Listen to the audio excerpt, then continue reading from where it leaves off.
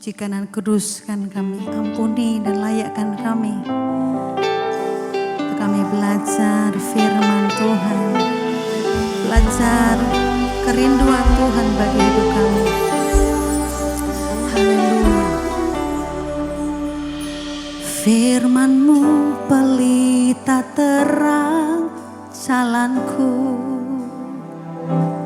beri pengharapan dan kepastian, mampukan melewati semua persoalan, sangat teruji dan beri kemenangan. Lagi firman-Mu pelita terang jalanku, beri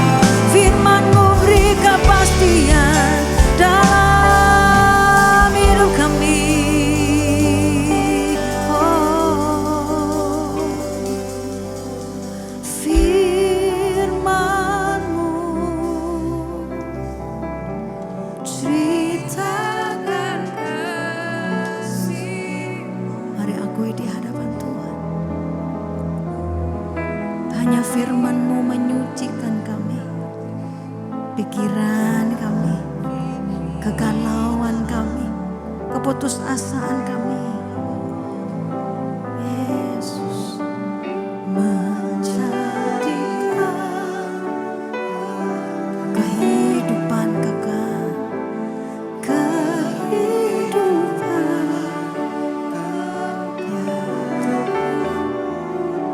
sampai ku menjadi harta kesayangan firman-Mu Tuhan.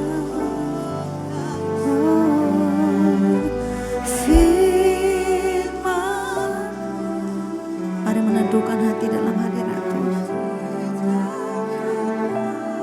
meneduhkan suara-suara yang menghalangi kebenaran firman-Mu. Ya Tuhan, pikiran kami,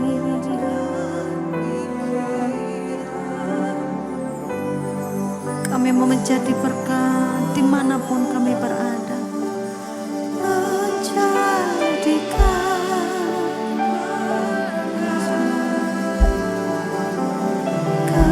kehidupan, amin, sampai ku menjadi harta kesayangan-Mu. Kita sambut firman Tuhan, bangkit berdiri bersama, serukan lagi firman-Mu. Ceritakan kasih-Mu, sucikan hati kami, menyucikan hati dan pikiran-Mu.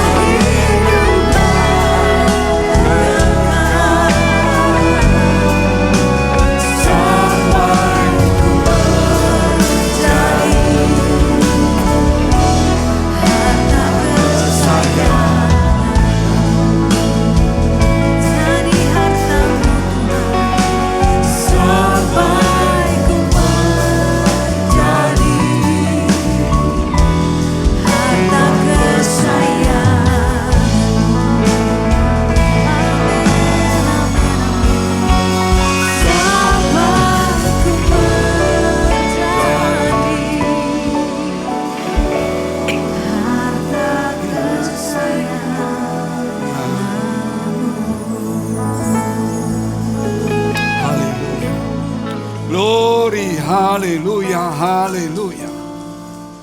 Mari kita saat teduh sejenak. Jikalau iman kita goncang atau turun, maka masalah persoalan akan datang bertubi-tubi. Dan kita tidak mampu dan kita akan menjadi lemah. Maka semangat itu akan hilang. Pengharapan itu rasanya sudah kabur. Seakan-akan kekuatan masalah musuh menjadi besar dan menghantui, membuat kita menjadi takut dan hidup kita di dalam ketakutan. Sebab itu bangkit, iman kita itu harus menjadi bangkit kembali, kebangkitan rohani. Dimulai dari kebangkitan iman kita sendiri, bukan karena banyaknya orang. Tapi masing-masing pribadi mendengar firman Allah. Ketika iman itu bangkit, maka semangat itu muncul. Pengharapan semakin besar. Kekecewaan, namanya tawar hati itu hilang semuanya. Muncul kekuatan Allah. Disitulah kita akan melihat kemuliaan Allah. Bapa kami dalam surga, Bapa yang baik yang kami kenal di dalam nama Tuhan Yesus Kristus. Memberkati semua kami yang ada di tempat ini. Tuhan, kiranya Engkau memberikan kekuatan dan memberikan pengharapan kemenangan. Dan firman-Mu membangkitkan iman kami kembali, pengertian kami bahwa Engkau telah berkorban untuk kami. Kemudian Engkau Tuhan, kalau menyerahkan nyawamu bagi kami, tentu Engkau akan menyertai dan memberkati setiap kami di tempat ini. Sehingga kami yang sakit, kami yang menderita dalam permasalahan, baik dalam keuangan, karir, maupun studi bagian sekolah, maupun keuangan keluarga, dan sebagainya. Tuhan, kiranya Engkau memberikan kekuatan, kesembuhan, pemulihan, hikmat, dan juga jalan keluar. Kami percaya di tangan-Mu lah hidup kami. Di dalam rencana-Mu lah hidup kami ini Tuhan. Memberkati kami semua di tempat ini. Menyucikan, menguduskan kami semua di tempat ini. Kami siap untuk menegakkan firman-Mu. Karena firman-Mu memberikan kekuatan. Memberikan masa depan. Memberikan pengharapan. Supaya yang lemah menjadi kuat kembali. Di dalam nama Tuhan Yesus, kami siap untuk mendengarkan firman-Mu. Haleluya. Amin. Tetap berdiri saudara. Kita akan membaca bersama-sama Mega Project Karakter Kristus. Hari ini adalah hari Minggu. Mari ikuti sama-sama dengan saya dan sama-sama. Mega Project Karakter Kristus hari Minggu. Mega Project Karakter Kristus hari Minggu. Rendah hati. Rendah hati. Merendahkan diri. Merendahkan diri. Pengabdian. Pengabdian. Kekudusan. Rendah hati. Rendah hati. Merendahkan diri. Merendahkan diri. Pengabdian. Pengabdian. Kekudusan. Kekudusan. Puji Tuhan. Silakan duduk, Syah. Saudara dikasihi Tuhan, bagaimana kita mau dekat dengan Tuhan kalau tidak ada kekudusan dalam hidup kita? Bagaimana kita mau dekat dengan Tuhan kalau tidak ada ketaatan, kesetiaan, rendah hati di dalam hidup kita? Kebanyakan kita ini mau shortcut, mau jalan pintas. Seakan-akan kita di gereja sudah rasanya dekat. Ketika kita berdoa, sudah rasanya dekat, kita lupa mengubah karakter kita. Sebab tanpa kekudusan, tidak seorang pun bisa melihat Tuhan. Kekudusan itu terjadi kalau ada ketaatan. Taat akan firman Allah. Kenapa? Karena manusia itu punya kehendak sendiri. Nah, kehendak sendiri ini digoda oleh iblis. Iblis itu menggoda supaya kita masuk di dalam jerat dan tipu dayanya. Supaya kita menjadi kelompoknya, menjadi orang jahat, pengacau, orang berdosa. Supaya kita masuk neraka bersama menemani dia. Tapi juga Tuhan memberi kekuatan kepada kita, firman Tuhan. Supaya kita ini belajar untuk taat firman Allah. Nah, inilah peperangan dalam diri kita. Dan setiap hari, setiap saat, iblis itu menggoda kita. Hanya tinggal kita mau ikut godaan iblis atau mau mentaati firman Allah. Karena kita punya keputusan sendiri. Hari-hari seperti ini kalau kita melihat dunia sedang goncang semuanya. Bukan masalah perang ekonomi dan semuanya. Tetapi terlebih yaitu bangsa Israel mempersiapkan untuk pembangunan bait Allah yang ketiga. Apakah itu terjadi? Saudara pikir sendiri. Karena di dalam Yohanes pasal 2 Tuhan berkata, robohkan bait Allah ini.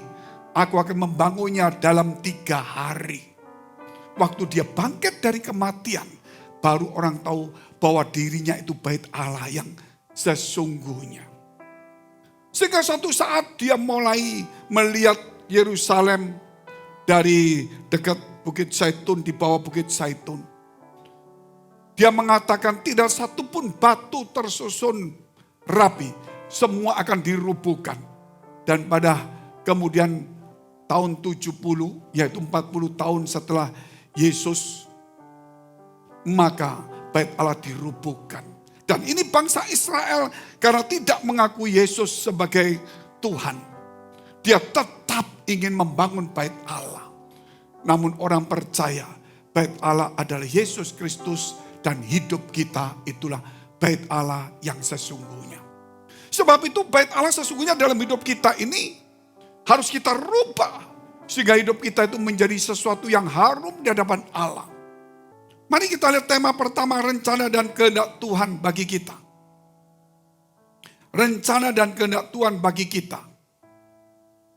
Jadi gereja itu harus mengajar orang mencari Tuhan dan mencari kehendak Allah. Gereja bukan satu teater, tempat pertemuan, tempat orang bersuka cita tanpa ada tujuan untuk mencari Tuhan. Gereja bukan tempat orang untuk rutinitas datang. Bukan satu tempat hiburan.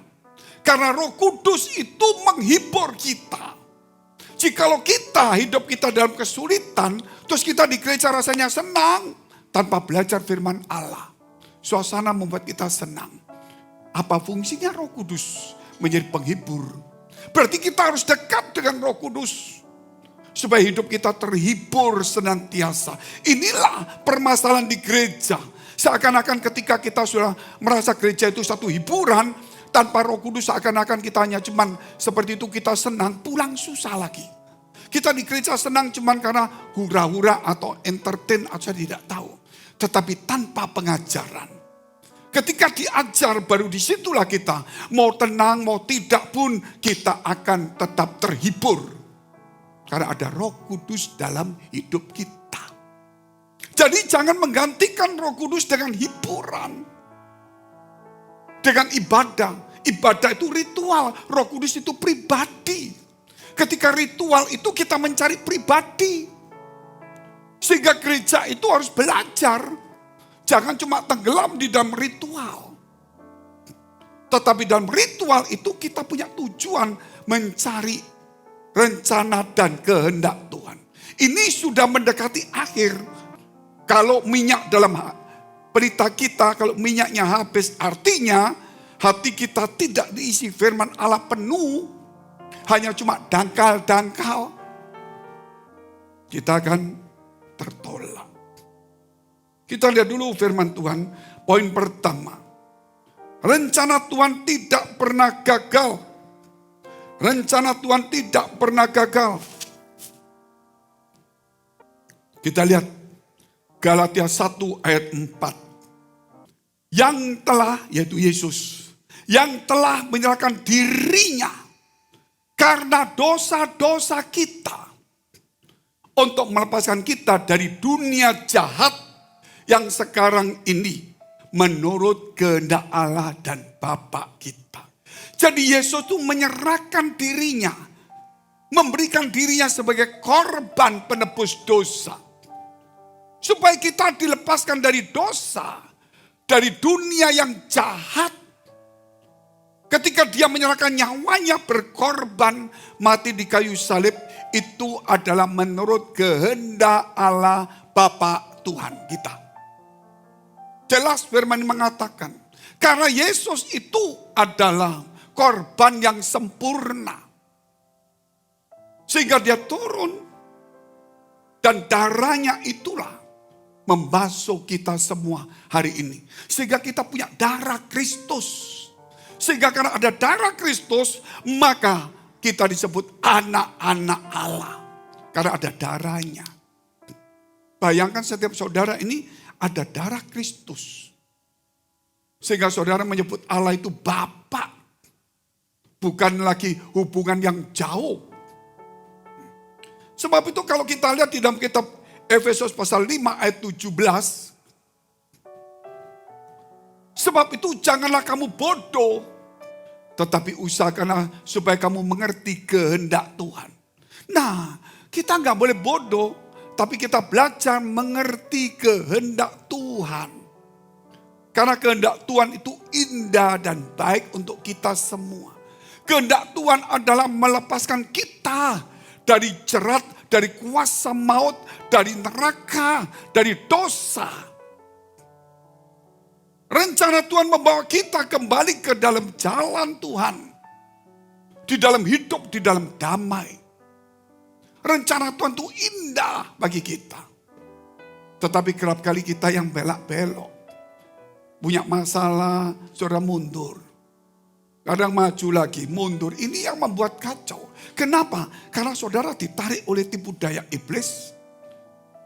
Keinginan kita ini kemudian akhirnya muncul sehingga kita mengikuti godaan iblis. Suatu hari kita sadar, ditarik Tuhan, kembali ke Tuhan. Besok kita ditarik iblis lagi. Minggu depan ditarik lagi. Jadi kita nggak akan pernah maju. Makanya Tuhan katakan, sangkal dirimu dan pikul salib. Artinya bahwa daging kita harus disalibkan. Supaya kita masuk dalam rencana Allah. Bagaimana kita bisa jatuh? Karena ditipu orang. Bagaimana kita jatuh? Karena kita salah dalam perencanaan. Bagaimana kita sampai jatuh? Karena kita salah jalan. Kalau kita di dalam jalan Tuhan, pasti nggak ada kesalahan itu. Tetapi sekarang Tuhan ingin supaya kita kembali kepada jalannya. Jadi janganlah kita bodoh, saudara. Orang dia sebut bodoh itu, seperti gadis bodoh itu karena satu, dia tidak mempersiapkan minyak penuh dalam pelitanya. Kedua, dia dianggap bodoh itu karena tidak mencari kehendak Allah. Jadi kalau kita mencari kehendak Tuhan, kita nggak bodoh. Pasti kita ngisi hati kita dengan firman Allah. Tapi sayangnya di gereja sekarang ini banyak orang tidak mau belajar firman Allah. Hanya cukup beribadah. Sebenarnya gereja adalah tempat belajar firman Allah. Seandainya ada orang ke gereja, dia bawa buku ataupun handphone ketika dengar firman Allah, bukan lihat WhatsApp. Tapi dia catat firman Allah di situ. Itulah namanya pelajaran. Sehingga Tuhan menunjukkan ini loh gereja. Walaupun bukan sekolah teologi, tapi ini sekolah Alkitab. Sehingga dia mudah untuk mengerti dan masuk di dalam sekolah teologi. Kalau kita tidak mengerti Alkitab, bagaimana kita masuk di dalam pengertian teologi? Sehingga di dalam sekolah teologi, kita diajarkan untuk mengerti, yaitu firman Allah. Bayangkan saudara kalau saudara melihat anak saudara datang di gereja. Atau satu gereja walaupun jemaatnya cuma 100 atau 70. Mereka bergegas-gegas dengar firman dia catat. Dengar firman dia catat. Pulang dia baca. Itulah yang Tuhan mau. Tetapi sayangnya orang di gereja cuma dengar 45 menit yang hafal cuma kurang lebih 5 menit. Kenapa? Karena gak catat. Tapi saudara belajar untuk betul-betul menjadikan gereja ini tempat untuk belajar kesempatan. Hidup nanti di akhir di surga itu setelah kita mengakhiri di dunia ini. Di surga itu sudah kekal selamanya. Berapa banyak kita di gereja? Mungkin sudah ratusan kali.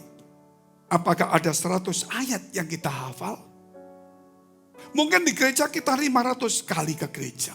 Adakah 200 ayat kita hafal? Nah, itulah masalah yang harus kita pikirkan. Makanya dikenakan jangan kamu bodoh. Ayub 42 ayat 1 dan 2.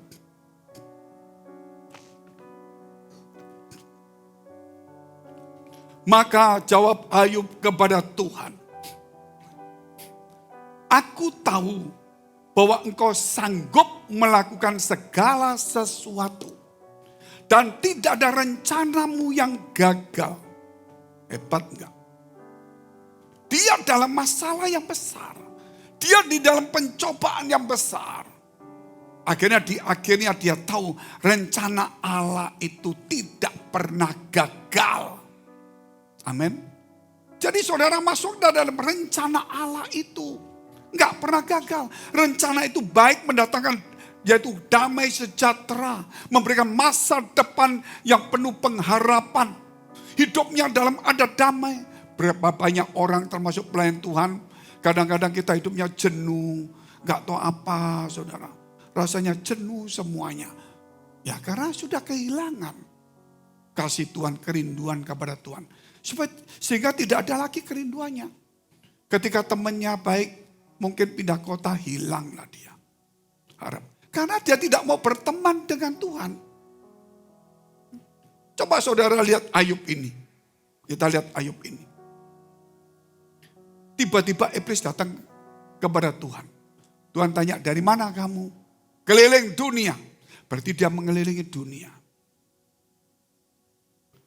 Mungkin dia pergi ke Ayub. Dia goda Ayub. Tapi Ayub tetap berdoa, tetap saleh. Dia keliling lagi ke tempat orang lain. Mungkin ada yang jatuh sudahan.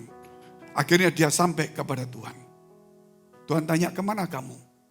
Keliling dunia. Kamu lihat hambaku Ayub. Dia orang yang saleh dan takut Tuhan.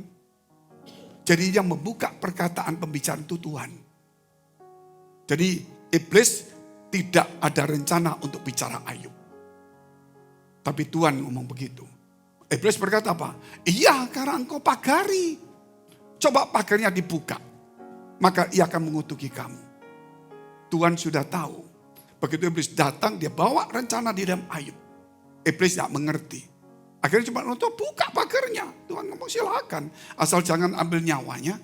Karena Tuhan ingin membuat Ayub lebih mengerti.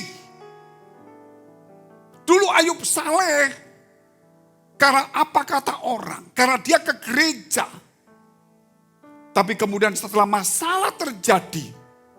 Akhirnya dia mengatakan, mataku sendiri melihat engkau. Bukan kata orang. Kesalehan itu bukan karena kumpulan. Kesalehan itu kalau bisa ditingkatkan, yaitu mengenal Tuhan dengan benar.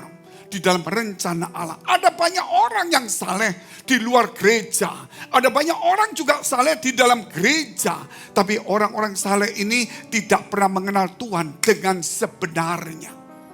Dia hanya cuman ya ikuti gereja dan memang orangnya mau baik.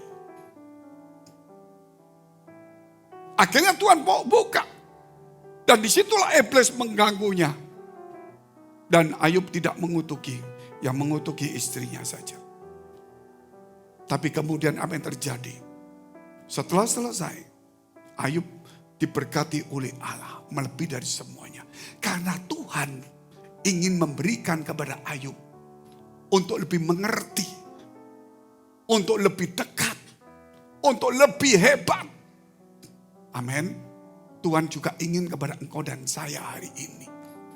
Supaya engkau lebih mengerti kehendak Allah. Gitu. Supaya engkau lebih dekat. Lebih hebat lagi. Bayangkan saudara kalau kita bicara. Dikatakan 2 ekor burung pipit harganya seduit. Murah. Namun tidak ada satupun yang jatuh ke tanah bumi di luar pengetahuan Bapa. 2 ekor harganya murah. 1 jatuh mati pun itu semua Bapak, kehendak Bapak yang tahu semuanya. Itu hanya burung. Bagaimana Yesus disalibkan? Bukan kehendak Bapak. Ini kan jadi bingung. Burung yang gak ada harga jatuh ke tanah. Tidak mungkin di luar kehendak Bapak. Dan dikatakan rambutmu pun jatuh. Sudah dihitungnya. Burung jatuh. Tidak mungkin di luar kehendak Bapak, semua kehendak Bapak. Rambutmu jatuh, itu dihitungnya semuanya. Dan engkau lebih berharga dari burung pipit itu. Jadi nyawamu di tangan Tuhan. Hari ini kalau rambutmu jatuh dihitungnya. Saudara kasih Tuhan. Dia sangat memperhatikan kita. Tapi kerap kali kita lupa memperhatikan rencana dan kehendak Allah. Kita harus masuk dalam rencana kehendak Allah. Kita lihat hal yang kedua. Hidup dalam visi Tuhan. Hidup dalam visi Tuhan. Marilah kalau kita masuk dalam rencana kehendak Allah pasti kita punya visi. Yakub punya visi, Abraham punya visi, Nuh punya visi. Tapi ada orang yang punya visi sendiri di luar Tuhan. Yaitu membangun menara Babel. Tetapi apakah itu terjadi rencana? tidak digagalkan Tuhan. Karena bukan rencana Tuhan. Rencanamu, rancanganmu bukan rancanganku. Seperti tingginya langit dan bumi tidak pernah ketemu. Boleh manusia berencana, tapi Tuhan menentukannya. Jadi saudara rencana yang bagus, tapi dekat Tuhan. Kalau saudara rencana bagus, manajemen bagus, semuanya bagus. Kalau nggak dekat Tuhan, bagaimana hidup kita ini? Makanya gereja itu perlu belajar. Kita lihat dulu, yaitu Mazmur 33 ayat 8 sampai dengan 12.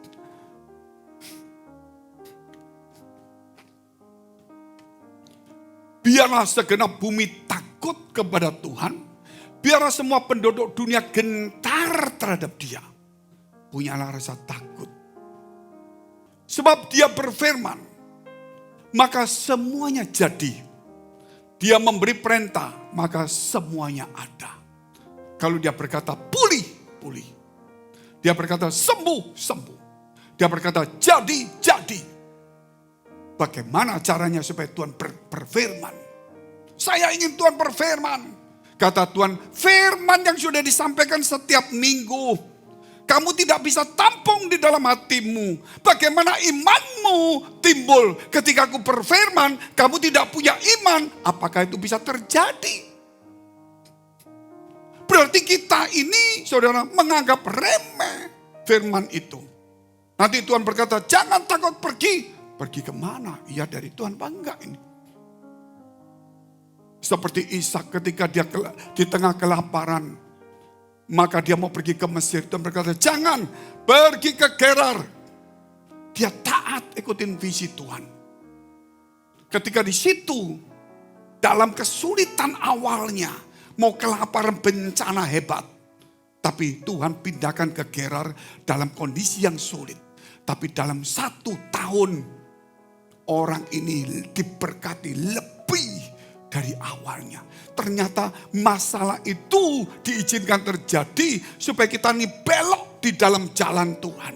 Ketika kita berjalan, kita dipasang lampu. Biasanya jalan di sini, kita mau shortcut, mau jalan pintas saja.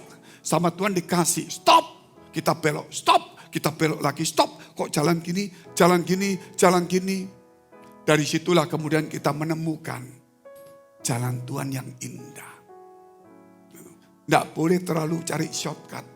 Jalan pintas. Karena Tuhan sudah memberikan akulah jalan. Itu perlu sekali. Kita perlu digembleng. Kita lihat terus ayat ini ayat yang indah sekali. Tuhan menggagalkan rencana bangsa-bangsa. Ia meniadakan rancangan suku-suku bangsa. Dia membatalkan semuanya. Menggagalkan. Termasuk Menara Babel dan semuanya. 11.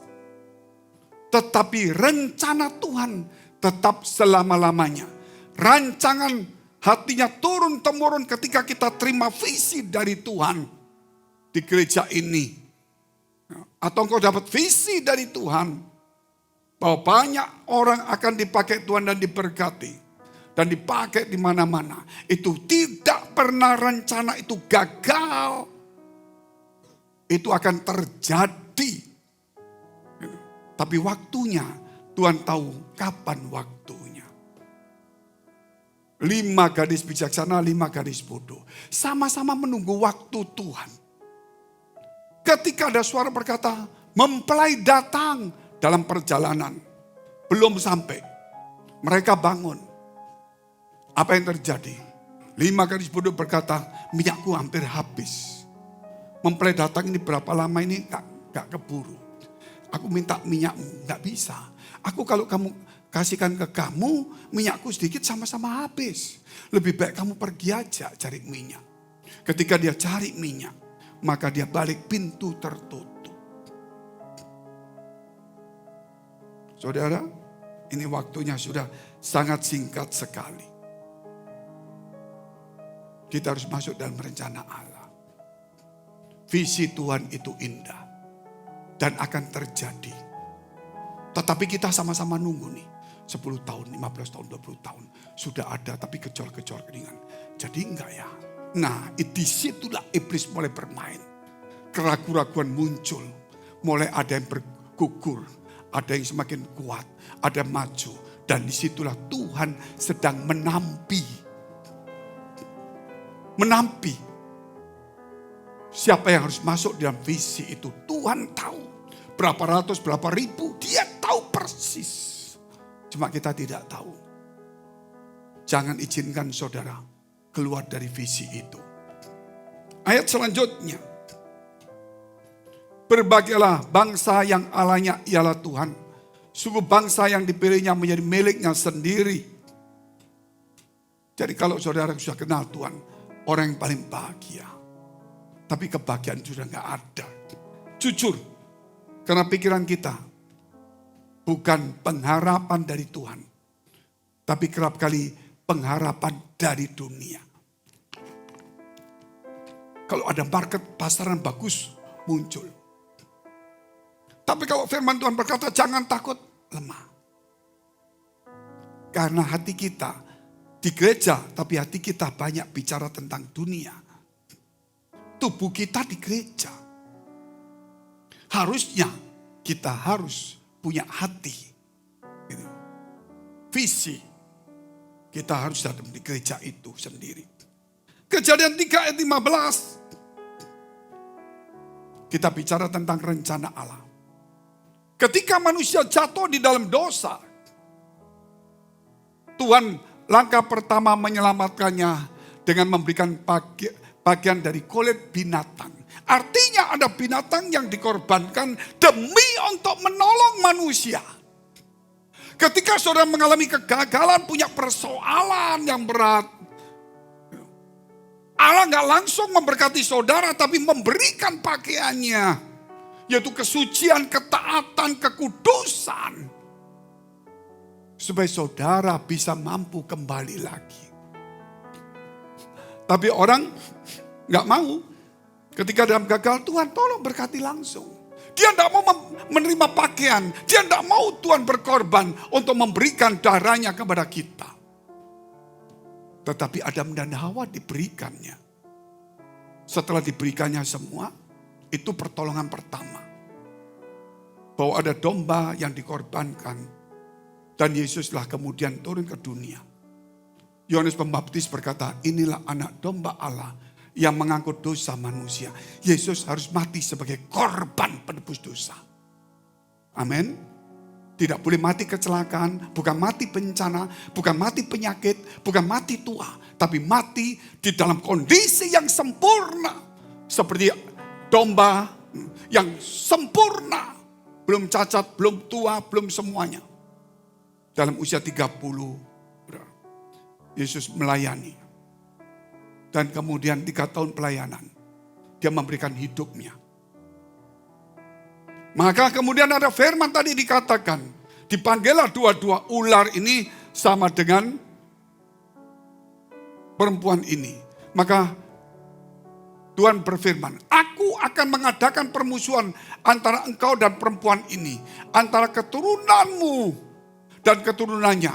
Keturunan dari perempuan akan meremukkan kepalamu. Dan engkau akan meremukkan tumit dari keturunan perempuan. Itu firman jadian permusuhan. Iblis akan mengganggu jalan hidup kita. Tapi kita mampu mengalahkan iblis. Amin. Melalui firman Allah.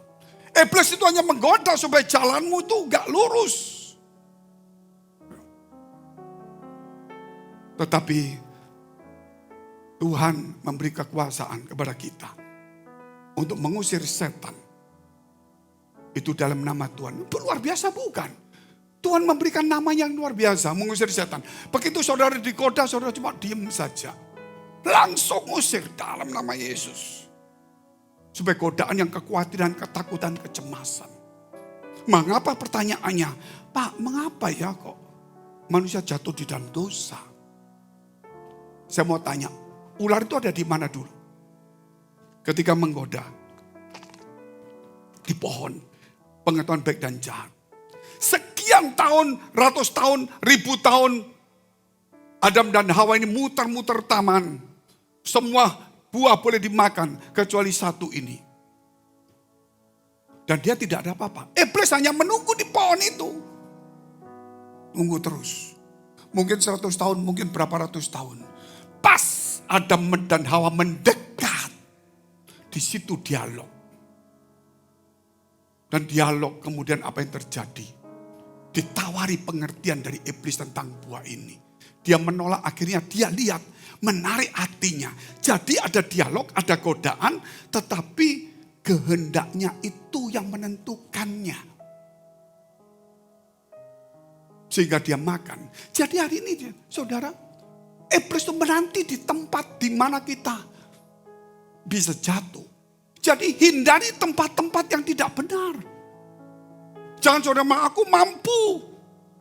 Iblis tunggu di pohon itu, di mana godaan itu. Ketika Adam dan Hawa muter-muter, dia tidak berdoa. Karena berdoa kepada siapa dia? Dia tidak berharap, karena tidak berharap kepada siapa.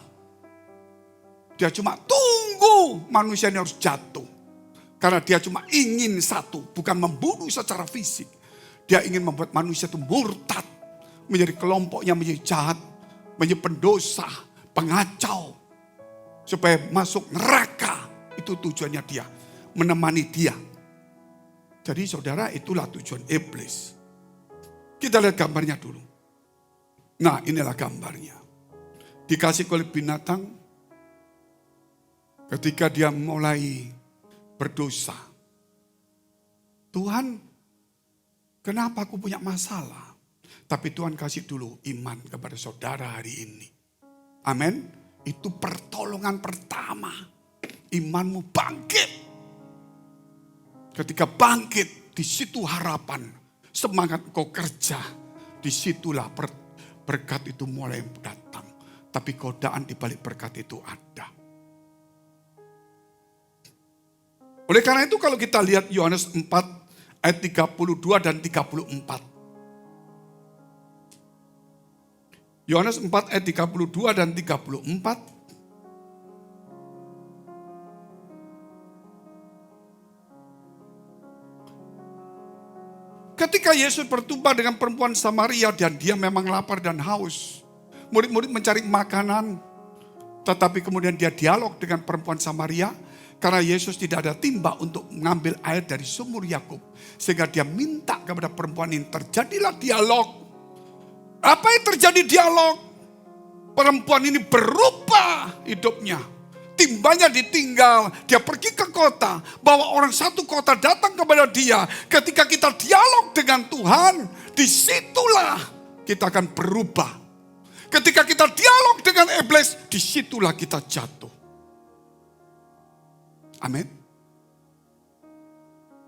Kalau saudara sudah patah semangat, saudara dialog dengan dunia. Kalau hari ini kau bangkit, berarti kau dialog dengan Tuhan. Perempuan ini belum kenal Tuhan. Hanya sejenak dia bisa berubah total. Kita sudah berapa ratus ke gereja. 100 ke gereja, 50 ayat aja enggak hafal. Jadi jangan bangga dengan berapa banyak di gereja. Dan kemudian mereka datang, loh sudah makan mungkin Yesus tenang-tenang. Tetapi Yesus berkata, akan tetapi ia berkata kepada mereka, ada makanan yang tidak kamu kenal. Saudara cuma tahu makan stik-stik. Saudara tidak tahu ada makanan firman Allah yang lebih nyaman dari itu semua. Engkau makan stik badanmu kadang-kadang kaku. Begitu bayar lebih mahal, stres. Betul gak saudara?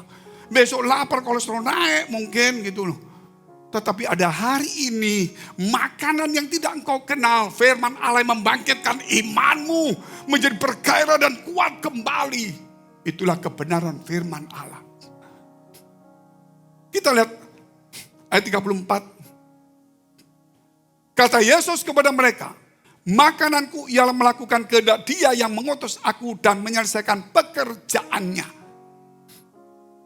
Jadi apa saudara? Melakukan pekerjaan Tuhan dan menyelesaikannya. Maka ketika Yesus di kayu salib, dia mulai mau mengembuskan nafasnya. Yohanes 19 ayat 30.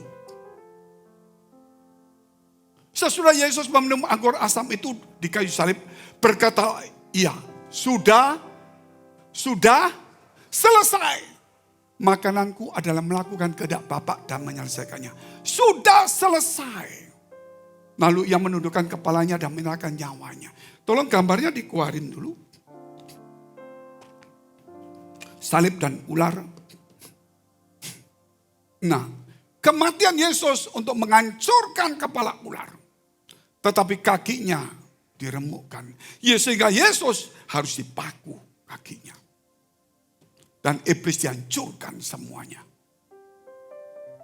Saudara, itulah namanya penebusan. Jadi saudara jangan pernah berpikir bahwa penebusan itu rencana iblis, tidak ada. Itu rencana Allah semuanya. Untuk menebus dosa kita karena mengasihi dunia ini Allah itu. Dia mengasihi anaknya yang tunggal. Kasih itu berkorban. Amin. Kasih itu berkorban. Jadi kalau Yesus dan Bapa itu berkorban karena mengasihi kita. Ketiga, jadilah kehendakmu. Lukas 22 ayat 42. Orang harus cari kehendak Allah. Waktu Yesus di Taman Getsemani, dia manusia 100%, dia juga Allah yang jadi manusia. Dia punya free will, punya kehendak. Tetapi saat itu sebelum dia menyerahkan nyawanya di Taman Getsemani, itu menunjukkan kita punya kehendak juga. Lihat, kita lihat ayatnya. Dia berdoa, ya Bapakku, jikalau engkau mau ambil cawan ini daripadaku, tetapi bukanlah kehendakku, melainkan kehendakmu yang jadi. Dia meletakkan kehendaknya. Dia melepaskan keinginan pribadinya, yaitu kehendak bebasnya dia lepaskan. Dia ambil, dia pikul salib. Dia menyangkal dirinya sampai di Golgota. Rencana Allah terjadi ketika saudara memikul salib, yaitu memikul, menyalibkan dagingmu. Engkau mulai menyangkal dirimu, mengambil rencana Allah. Iblis itu menipu kita. Jangan main-main. Oh, tapi Pak, kami ini kan bagus. Bagus apa? Ngusir setan. Gereja cuma bermain di situ kadang-kadang.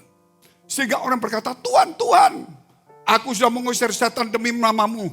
Melakukan mujizat demi namamu. Bernubuat demi namamu. Penuh, lihat gereja penuh. Dan Tuhan katakan, enyalah kamu pembuat kejahatan. Karena bukan orang berseru Tuhan masuk kerajaan surga. Orang yang melakukan kehendak Bapa. Jadi mujizat itu boleh. Tetapi hati-hati. Melakukan kehendak Bapa. Taat, berkorban, melayani sungguh-sungguh. Bayar harga. Jauh lebih hebat daripada kita melihat mujizat. Karena mujizat itu buatan Allah untuk mengubah tubuh kita. Tapi mujizat terbesar yang Tuhan bangga adalah merubah dalam hati kita ini. Menjadi hati yang mulia, yang suci, yang kudus. Gambar yang terakhir dilihatkan dulu. Inilah, dia harus meminum cawan ini. Sehingga kemudian waktu Yesus sudah berkata, waktunya hampir tiba. Dia jalan, ditangkaplah dia. Atas pengkhianatan Yudas Iskariot. Tapi Yesus berkata, lebih baik Yudas itu tidak pernah lahir di dunia. Orang yang menyalahkan aku lebih besar dosanya daripada yang menangkap. Jadi Yudas paling berdosa. Kemudian Petrus membela Yesus. Motong telinga dari penjaga. Maka Yesus melihat itu, ambil telinganya, ditempelkan kembali. Mujizat kan? Tapi orang itu tidak percaya juga sama Tuhan.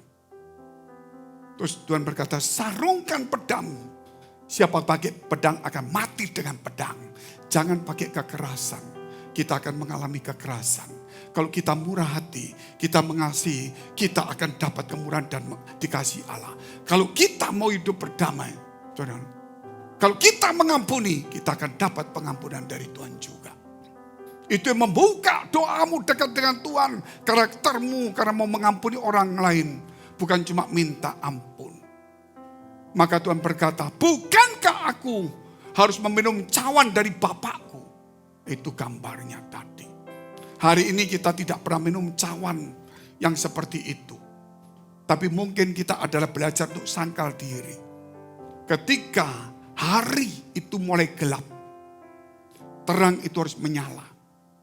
Ketika persoalan, ketika hatimu gelap, ketika pengharapanmu hilang, ketika engkau mulai kecewa, ketika engkau mulai jenuh, ketika engkau mulai iri hati, ketika engkau mulai marah, ketika engkau mulai malas ke gereja, disitulah kegelapan. Engkau foto firman Allah, supaya terang itu ada dalam hatimu. Ketika terang itu muncul, imanmu bangkit. Itulah Allah menolong kita. Jalan pertama, memberikan iman kepadamu. Bagianmu, bagian iman. Sehingga ketika engkau berdoa dalam kehidupanmu, engkau akan mengalami kemenangan. Mari kita bangkit berdiri, kita mau berdoa kepada Tuhan. Kau memberkati kami semua yang ada di tempat ini. Engkau menyucikan, menguduskan kami semuanya oleh firman-Mu. Jadikan kami sebagai murid-Mu. Jadikan gereja ini tempat pemuridan. Jadikan gereja ini tempat untuk mencari Tuhan, bukan hanya ritual. Jadikan gereja ini tempat untuk kami menyalipkan keinginan daging hawa nafsu kami. Jadikan gereja ini tempat kami belajar untuk menyangkal, supaya karakter Kristus muncul dalam hidup kami.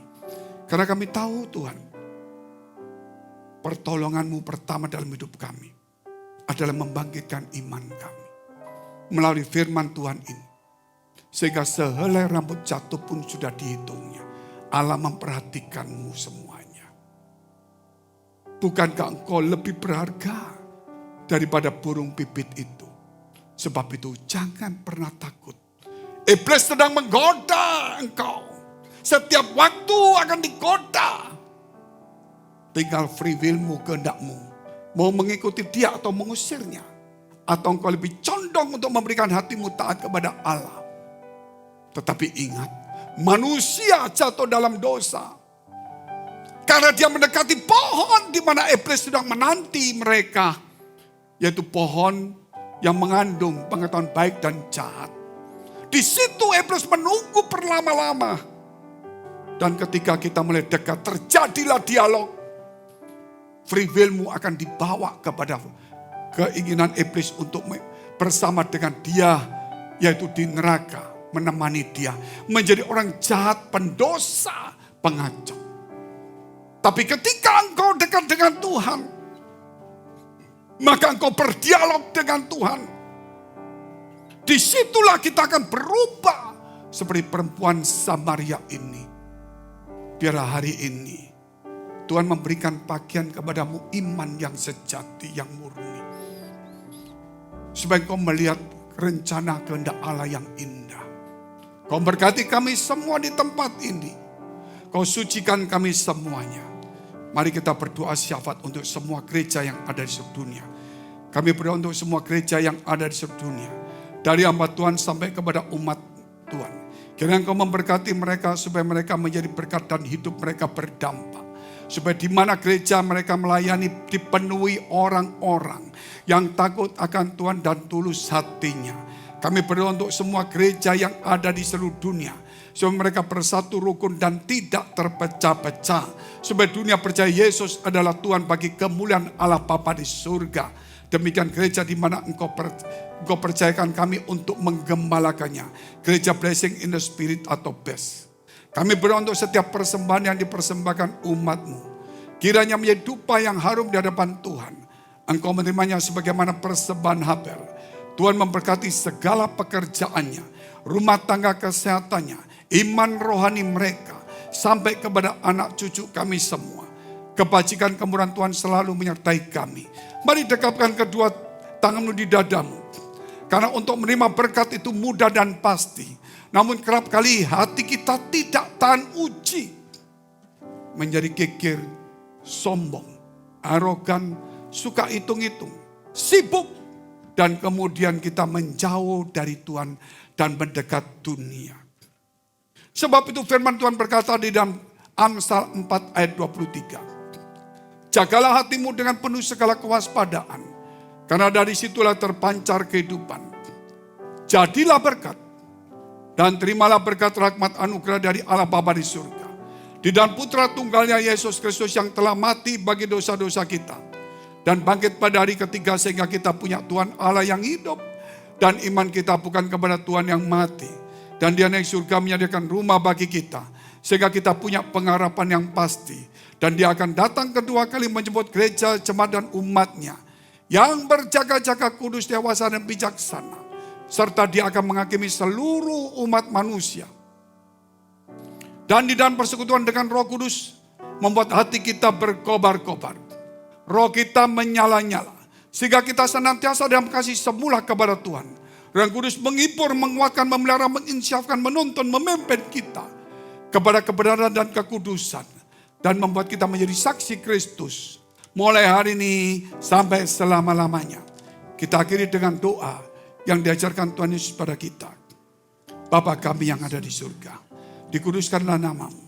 Datanglah kerajaan, jadilah kehendak-Mu di bumi seperti di surga.